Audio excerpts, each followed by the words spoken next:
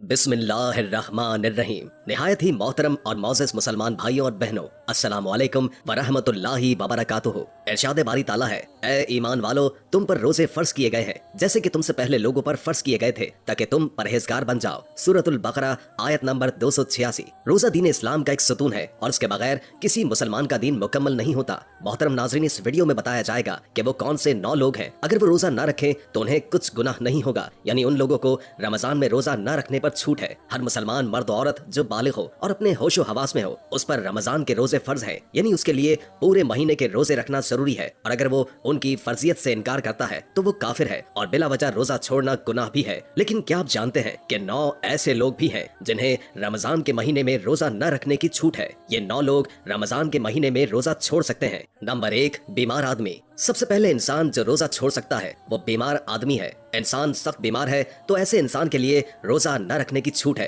अगर ऐसा बीमार आदमी रोजे नहीं रखता है तो उस पर कुछ गुनाह नहीं। अब ये भी जान लीजिए कि ऐसी कौन सी बीमारी है जिसमें रोजा रखने की छूट है। हम आपको बताते हैं कि यहाँ पर आम बीमारियों की बात नहीं हो रही है जो आम तौर पर नॉर्मल लोगों को होती है। जैसे कि अगर किसी के सर में दर्द हो, घुटने में दर्द हो गया हो और उसने रोजा छोड़ दिया तो ऐसा करना बिल्कुल जायज नहीं है। ऐसे लोगों को रोजा रखना जरूरी है। यहाँ पर बीमारियों से मुराद ऐसी बीमारी है जिसमें इंसान की जान जाने का खतरा होता है। ये भी जान लीजिए कि वो कौन सी बीमारी है जिसमें जान जाने का खतरा होता है। अब ये भी जान लीजिए कि वो कौन सी बीमारी है जिसमें जान जाने का खतरा होता है। तो इस बात का कैसे पता चलता है कि अगर कोई माहिर डॉक्टर से ये कह दे कि अगर भूखे प्यासे रहे तो रोजा रखने से आपकी जान जाने का खतरा हो सकता है, या फिर डॉक्टर आपसे ये कहते हैं कि अगर आपने रोजा रखा तो आपकी बीमारी ठीक नहीं होगी या फिर आपकी बीमारी और बढ़ जाएगी, तो ऐसी सूरत में रमजान के महीने में रोजा छोड़ना जायज है। लेकिन छोटी मोटी बीमारियों में रोजा छोड़ना जायज नहीं है। अब यहाँ पर अगर किसी ने अपनी बीमारी की वजह से रोजे छोड़ दिए हैं तो याद रखिए कि उसे इन रोजों को बाद में रखना होगा जब उसकी बीमारी दूर हो जाएगी। यानी कि जब इसकी बीमारी ठीक हो जाएगी तो उसको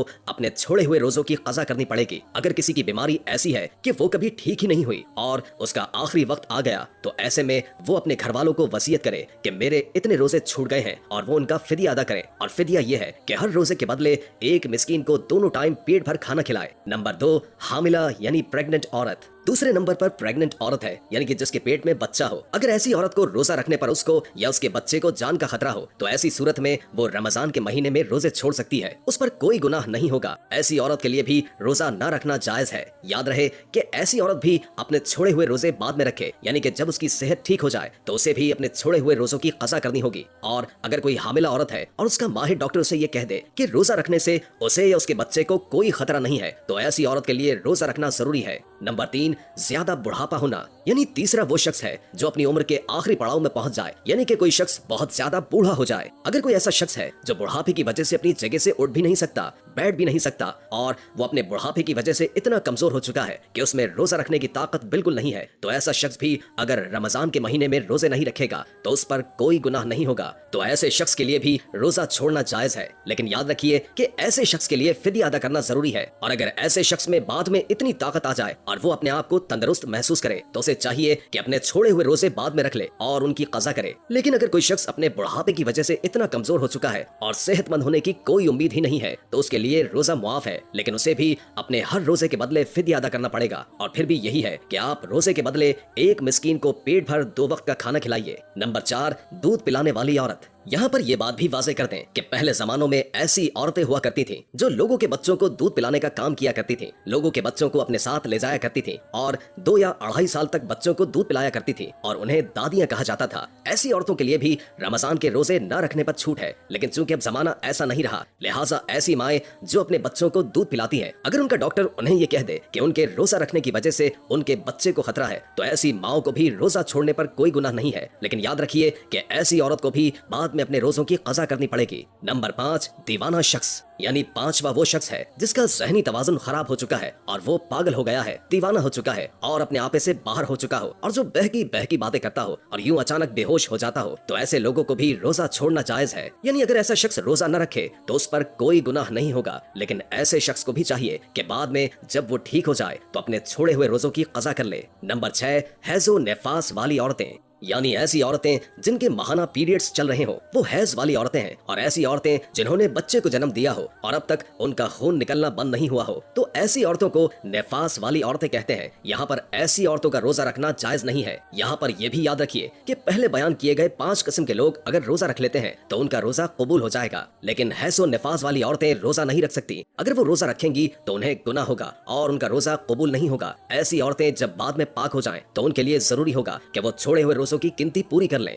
नंबर 7, सफर पर होना यानी मुसाफिर होना। ऐसा इंसान जो हालत सफर में है तो उसके लिए भी रोजा न रखने की छूट है, और रोजा न रखने पर उसके लिए कुछ गुनाह नहीं होगा। लेकिन ये बात भी जान लीजिए कि इस सिलसिले में सफर कैसा होगा, तो हम आपको बता दें कि जो सफर 80 किलोमीटर से ज्यादा हो और कम से कम 15 दिन के सफर की नीयत करके घर से निकला हो, तो ऐसे मुसाफिर शख्स के लिए रोजा न रखने पर छूट है। लेकिन जब उसका सफर खत्म हो जाए तो फिर उसके लिए रोजा रखना जरूरी हो जाता है। अब यहाँ पर यह बात काबिल जिक्र है कि अगर कोई शख्स सफर की हालत में है और वो ये कहे कि वो रोजा रखेगा क्योंकि उसका सफर आरामदेह है, तो ऐसा मुसाफिर सफर की हालत में रोजा रख सकता है और उसका रोजा हो जाएगा, सफर कर सकता है। लेकिन अगर रोजा न रखे तो उस पर कुछ गुनाह नहीं। नंबर 8, ऐसा शख्स जिसकी जान जाने का खतरा हो। यानी अगर कोई शख्स तलवार लेकर किसी के पास आ जाए और ये कहने लगे कि अगर तुम रोजा रखोगे तो मैं तुम्हारी गर्दन उड़ा दूंगा या तुम्हें मार डालूंगा, तो उसे अपनी जान का खतरा हो, तो ऐसे शख्स के लिए भी रोजा न रखने पर छूट है। लेकिन याद रहे कि ऐसे शख्स के लिए जब वो ऐसी सूरत हाल से बाहर निकल जाए और उसके लिए जान को कोई खतरा न हो, तो बाद में उसके छोड़े हुए रोजों की कज़ा लाजिम हो जाएगी और बाद में उसे अपने छोड़े हुए रोजे रखने पड़ेंगे। नंबर 9,